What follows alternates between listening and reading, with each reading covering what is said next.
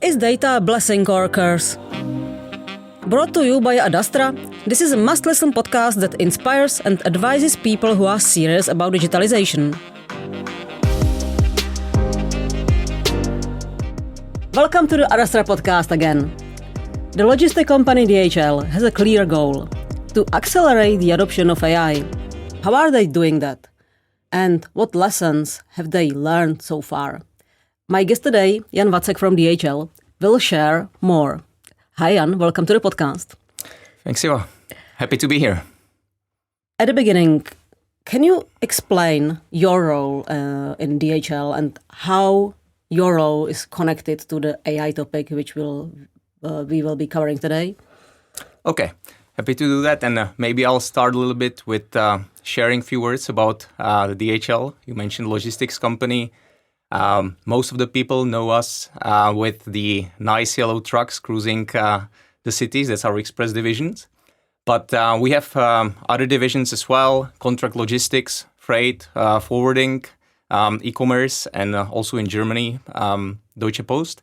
So it's quite a global player, really leader in the logistics solutions provider, more than 600,000 employees. And with that, IT is a huge enabler of the value, and we'll get to that later. My role within that company is basically on two sides. On a global level, I'm in charge of delivery for one of the business domains. But at the same time, as we are based on one of our data center, which was built in early 2000s as a major investment in Prague, very successful one. We have more than 1,000 employees here locally. And on that level, I am currently a site manager, which basically means that I'm in charge of driving some initiatives which help to continuously engage our employees, upskill, working across the teams with HR, with facilities, but also with our technical teams and AI teams. So that's where I'm coming across from the AI perspective, as we had quite some nice events organized to drive and boost the AI adoption.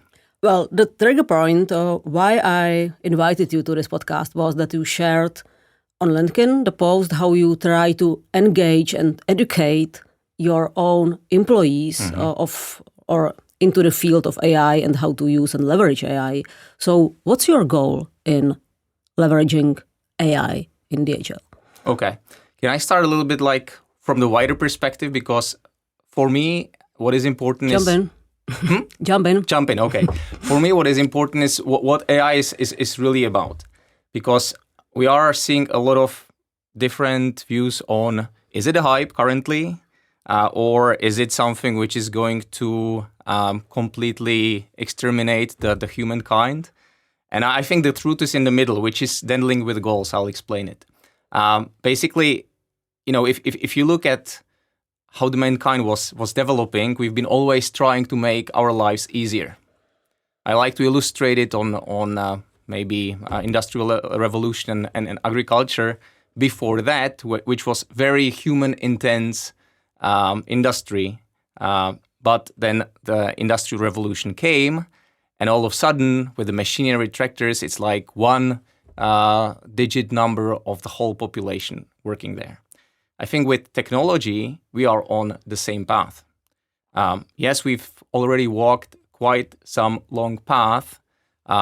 We are connected with the internet. There was the adoption of different technologies, but it is still very, in some cases, manual intensive, labor intensive work. I mean, if you take coding, for example, it's very labor intense. And back to where I was starting, if we want to make our lives a little bit easier or more enjoyable, that's where we see the AI playing a big part.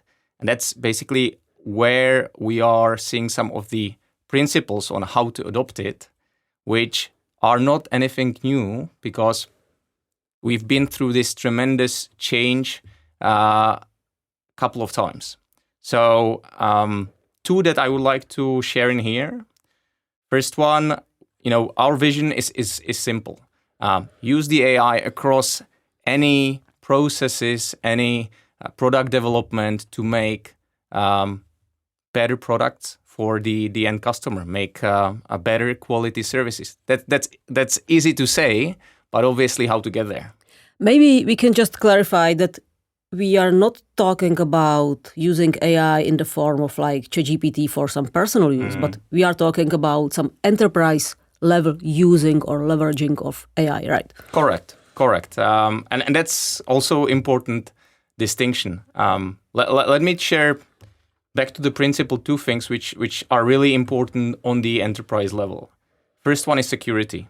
I mean, I know that if you are in the shoes of a software engineer, you now see all the different tools flying on the market almost every day. Someone is knocking on the door saying, well, use this tool because that will get you ahead of everyone else. I think most of them are telling the story like you don't need the developers anymore. Oh, that's one part of it. That's one part of it. But reality is, and I'm saying that a little bit with a grave heart, because logistics with the high degree of integration between ourselves, our suppliers, and our customers is a very high target for the hackers. I mean, recently there has been even a hacker kind of consortium focusing on logistics, and one of our competitors is now suffering from that. So security is something which is absolutely like red line that we cannot cross. Sometimes it is a little bit at the expense of speed, but it's quite important. And then second dimension is back to the overall change. It's not only technology which we are talking about. It's the adoption by not only its end user, but the whole society. And I can give you some examples. But why did you mention or emphasize so much the security when talking about enterprise level AI? Mm-hmm. Our biggest wealth as this size of the global player is the data. And obviously AI is something which is processing huge amount of data, but let's be honest, some of the solutions really you need to investigate properly to see where your data goes, what happens to it. And for us, it is absolutely paramount not to allow that there would be any risk with the data we are processing. So on one hand, we want to cache on the data lakes of the world and get the right information, improving customer satisfaction, retention, and all the standard KPIs you can think of with the help of the AI. At the same time, we are not ready to make any compromise with the speed over the security aspect of it. So what does it mean for DHL when you want to come with AI project? Mm-hmm. I will explain a little bit how we are organizing our teams, which is something which is fluid. I personally believe that if someone tells me that there is a company who is having the AI strategy fully ready, fully done, I would ask questions because it's fluid. I mean, what maybe looked as the best idea a year ago with some of the changes is no longer the best solution. So you need to be adaptive. But in general, we are having pretty small team, a core team, which is looking over the platforms and evaluating each of the new solutions vendors which are coming, saying, well, this is fantastic tool that you need to do. So we are having this core team which is running the analysis. And then if we decide, yes, there is a good potential, we definitely need, before adopting across the whole landscape, we need to have a proper security assessment, security reviews, understand the risk, and make sure that before we really go into it, that the risks are covered. Could you share a few examples how you are currently using AI, which projects are running, which projects you are, or maybe use cases you are testing? Yeah. I cannot probably share all the details, but I'll try that this is at least useful for the audience. Let me pick one which is from the agentic AI and really interacting with the end DHL customer. It's one of the processes which in the old world, as I would call it, would be a typical call center calling one of the customers and basically having a targeted conversation about one of the part of the business process. As I said, we need to be compliant. So also the AI legislature is something which is developing. But already today, if you have an agentic AI, you are obliged to share that with the caller on the other side. So imagine the situation that there is an AI calling you, but if you are the human on the other end, you are picking up the receiver and you are hearing, yes, your call is being recorded, which is something which is standard nowadays, right? Everyone is used to it. But the second sentence is the call is handled by an AI. And while if the person stays from the recordings, we hear that the quality of the conversation later on is really, really high. We are also seeing that there is quite some substantial number of people who, after hearing, well, the call is handled by an AI agent, just hang up. So that's why I was at the beginning saying the whole thing is also a little bit cultural change, because we, as the end users, currently are probably not completely used to what AI is bringing. Will we get there? I think we will, but it will take some time. And how big the portion is, I mean, of the people who hang up? It's definitely majority. And if you compare like the results or outcomes of those calls with a human operator, is there any difference? The results are like really similar in terms of here is the objective, what you should achieve. That's really similar. One difference which is there, and take collections for example, right? These are some of the calls where the receiver is not really happy about receiving the call because you're asking where is my money basically, and did you make a payment, whatever. And I really feel for the professionalism of the human agent handling this, but it's a tough job. Back to what I was saying, it's a really tough job because you have to stay professional, you have to stay emotionless, and you have to basically have a lot of information across all the company ecosystems with the data to handle the call. While back to having instant access to the data, that's what I was explaining before, the AI agent has all of that. So that's a part where you see that even the AI can immediately react better than the human in this sense. And the beauty of the AI agent is that you can configure the mood. You can ensure that it really stays professional throughout the whole interaction. So yeah, that's promising. What were your lessons learned from that use case? Well, we were starting with even a big question mark. Is this a technology which will make sense or not? Because the interaction needs to be really human-like from the voice experience, from the speed of the reactions. And all of that basically ended up successful. So there is no question about, are we going to have the right technology to be able to drive AI forward? But the learning is back to, is this something that you can immediately have successfully deployed in all the 100% of the cases? And because of the mindset change, the adaptation change from us as humans, we see it will need a little bit of time to get there. I guess that the AI operator is not like an old stupid chatbot based on the like fixed or rigid decision tree, but it's really similar to how you chat with ChatGPT, for example. It's voice. It's not even chat. Yeah, I know. It's not voice. chat, but it's voice. But there's like no rigid decision tree, right? No. And I have to say I hated the chatbots from the past because I don't know what your experience was, but they are stupid. It either took a huge effort to configure them, like huge, or you ended up after the first response saying, well, I want to speak with a human agent anyway. So no, this is a completely new level. In this space, you really see how much the technology has evolved. Can you share more use cases? Well, I'll pick one from the technology front, then maybe. One of the hot topics that we are seeing is vibe coding, for example. So I'm sure that you've seen the different tools which enable that. Again, there'll be more and more on those. But if we take, for example, the old way how we were developing the applications and the coding, the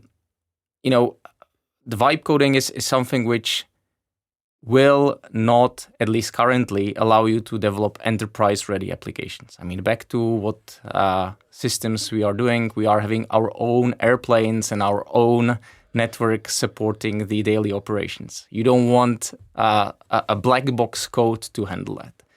But the learning from our perspective there is that, you need to look at the whole product or IT product development cycle in its entirety. And sometimes what we are seeing from the expectation perspective is that people focus on, can we type the code quicker? Yes, we can type the code quicker with the help of AI, but that's not the end game. That's not the objective, where you can create some efficiency and get faster to market solutions. If you look at the whole development cycle, normally that starts with requirements management and some analysis, and then the coding comes in, then the testing comes in, and finally you are live. The coding is only one piece of it. Back to what I was mentioning, the vibe coding, to me, what we've been seeing that can really help with the first phase, which is the requirements management, because you can more or less enable and empower the business product manager or stakeholder to kind of not write the document requirements into the documents or epics or whatever, but maybe they can already use the vibe coding to have more than a working prototype, almost a working version of an app. Like to share even the visual vision, what it can do and how it should look like. And not even that, because previously, yes, you would have had some wireframes or clickable models, but this is a step forward. You can really almost have, as you said, a product-like version of the application with the vibe coding, and then you as a product manager realize, maybe after I'm seeing these screens and fields, I can simplify it. I want to change something in here and there, and in reality, this will have a huge impact towards avoiding the reworks in the development. Because so what you are saying is that the vibe coding or the effectiveness of vibe coding is not in the coding itself, but that you enable the people who cannot code to be more efficient in sharing their ideas, requirements, and what they would like to get from the IT department. Exactly. So that the IT department can then be more efficient because you avoid developing something which 2 sprints later, it's reworked. I mean, I'm not saying vibe coding as such is not useful for creating simple applications, but we are talking enterprise level in here. What about testing and AI? That's a very good question, and it's all related because obviously the more you go the AI way, the better the testing needs to be. You need to be able to cover all the permutations of the different scenarios, because it's not to say that your code would become a black box, but it will be, some parts will be more machine generated. So you know, really going forward, we see that the IT engineers need to upskill themselves to be more empowered about the architecture and everything else. For the coding, well, there'll be relevance as well. But like so that they are able to seeking for like very specific parts of the coding and make sure that it was done properly or in the desired way. you need to still design the overall application the right way for your needs. Yeah, but testing is important because at the end of the day, AI can really help with the testing as well. It can really help to scale it. But I think overall the importance of the testing as such will be only increasing. You also mentioned one necessary part, and this is the mindset change. How successful you are in DHL to change the mindset of your own employees? Yeah, that's probably the toughest question. That's why I was also making that intro about the cultural change. I mean, in theory, right, you can have an approach where you democratize the AI and everyone can do everything, but then you are really losing control. Or you can centralize and have, small teams engage, but then you are missing out on the rest. We are using a little bit of the hybrid. So there is a small team with in charge of the platforms, but then we are opening up the platforms for the different teams to adopt it in their in their cases and projects. What is becoming I don't want to say a challenge, but something you want to watch out is that as a company of a certain size, you avoid that with this hybrid citizen type of an approach, you end up doing the same thing multiple times. And that's basically where the community establishment within the company and sharing, like what you saw through our AI week, becomes super important because you help people across the departments to connect on some of the successful cases already, and you drive the adoption between the departments. So you want to prevent the people reinventing the wheel in different departments. Mm-hmm. And how you ensure that all the dots are connected properly? Because you were talking about adopting the AI on enterprise level, which is far away from using AI on a personal level. Mm-hmm. And the question was how to? How you ensure that all the dots, I mean all the departments, all the people are connected well, that they know what the other departments are doing and how they can do not repeat the same processes just from different perspective or in different systems, but still the underlying layer is the same. Indeed.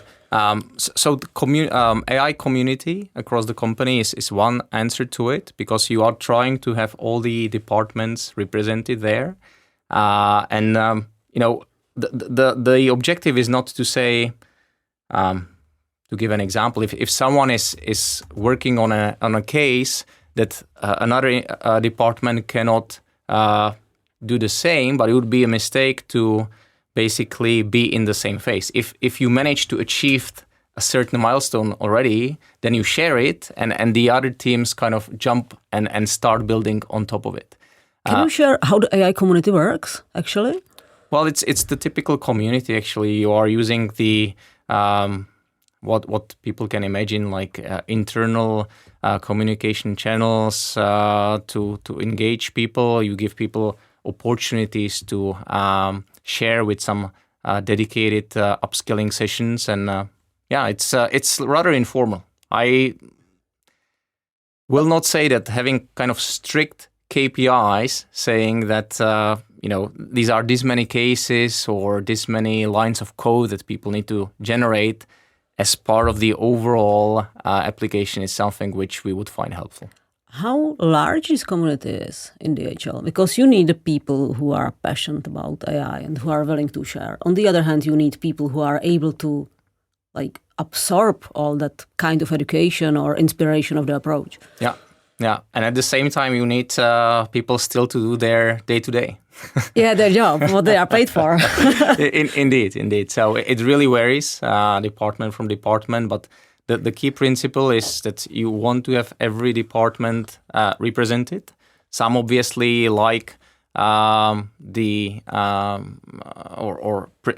the AI better than others. We also see cultural differences because, again, the teams are from all around the world. So Some of the teams are a little bit more skeptic. Some of the other locations say, yeah, anything which can, anything small even, which can improve our day-to-day, we jump on it. So how large the community is? A couple of hundred people. Couple of hundred people. Yeah. And they meet like in person and they meet as well as virtually. It needs to be virtually to begin with because it's across the board. It's not only one location specific, and there are some events which are then organized locally to supplement that. What does not work in AI adoption? I will mention the strict manage via the KPIs and measure everything accurately. One way you could look at the development is say, well, here is the set of KPIs, and if you are using Copilots and others, in the code generation, let's make sure that you tell us exactly how much was generated how much by rows. Exactly. Yeah. How much code of line. Yeah. We have to be realistic about it because the expected effect of pushing the metrics and the standard reporting, which you would like to have as a management team, comes here at the expense of then people doing it anyway without being open about it. And the curiosity is something you have to be careful about, not to damage it. So it's a tight balance because at the same time you don't want everyone just to exploit or play with it. You need to get some business benefits out of it. So that's something which is a topic which we are still figuring out. What is the right level balancing of the trade-offs? You told me you have a dedicated department for AI, but what are their goals? You should be sure that you invest in the department in some effective way. Yeah. This is these are the people who are in charge of the platform. So obviously, for each of the platform, we are having some business case which then needs to work. So again, what are their real goals, responsibilities, and KPIs? Because you should be sure that it works. Yeah.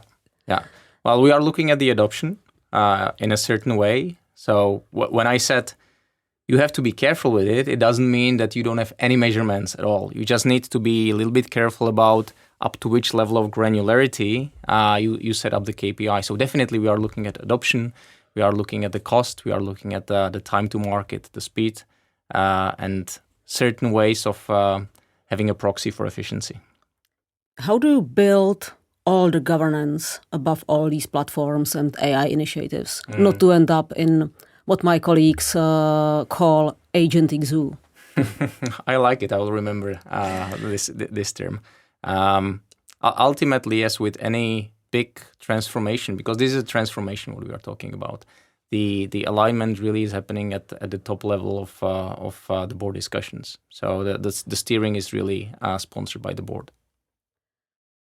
And how do you ensure, the governance then on the processes level, people level, access level?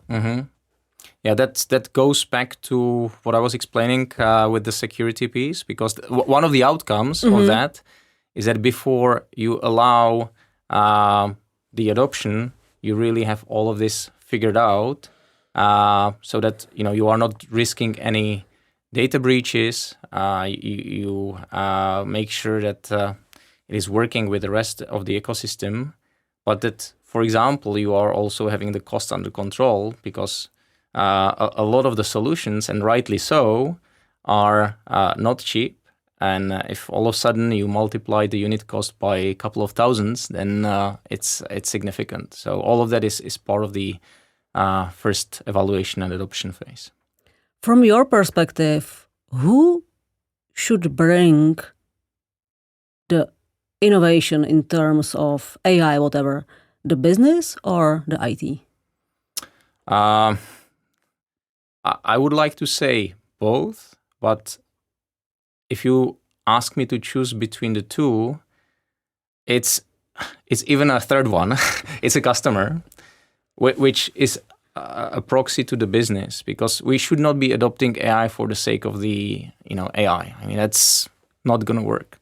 So in logistics example, it's very easy. If I deploy a new AI agent, new platform, a new DevSecOps tool, whatever, the first question you need to ask, how does it help the customer to have a more efficient, logistical product with us, shipment, quicker delivery? And obviously, that's something which the business is bringing us in terms of the requirements. Sometimes they are very concrete because they already know this is my case. I know what I want to do. IT just implement it. And sometimes they are coming with more open problem statements saying, well, in ideal world, I would like to improve the lead time, improve the features of the product. Is there a solution from IT that you could fit to make it happen? Do you believe you will be replaced in your role one time by AI? Yes.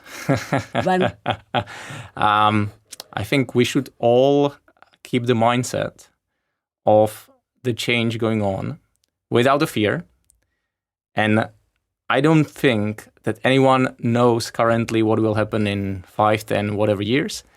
But the one thing which is clear is that things will evolve. So my guidance would be ready to upskill yourself. Don't be resistant.